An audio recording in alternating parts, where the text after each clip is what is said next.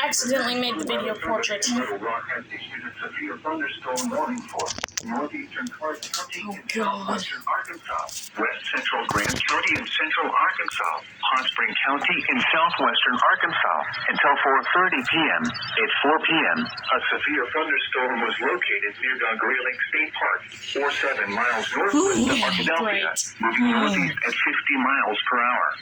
Hazard, 60 miles per hour in gusts and quarter-size hail. Source, radar indicated. Impact, hail damage to vehicles is expected. Expect wind damage to roofs, siding, and trees.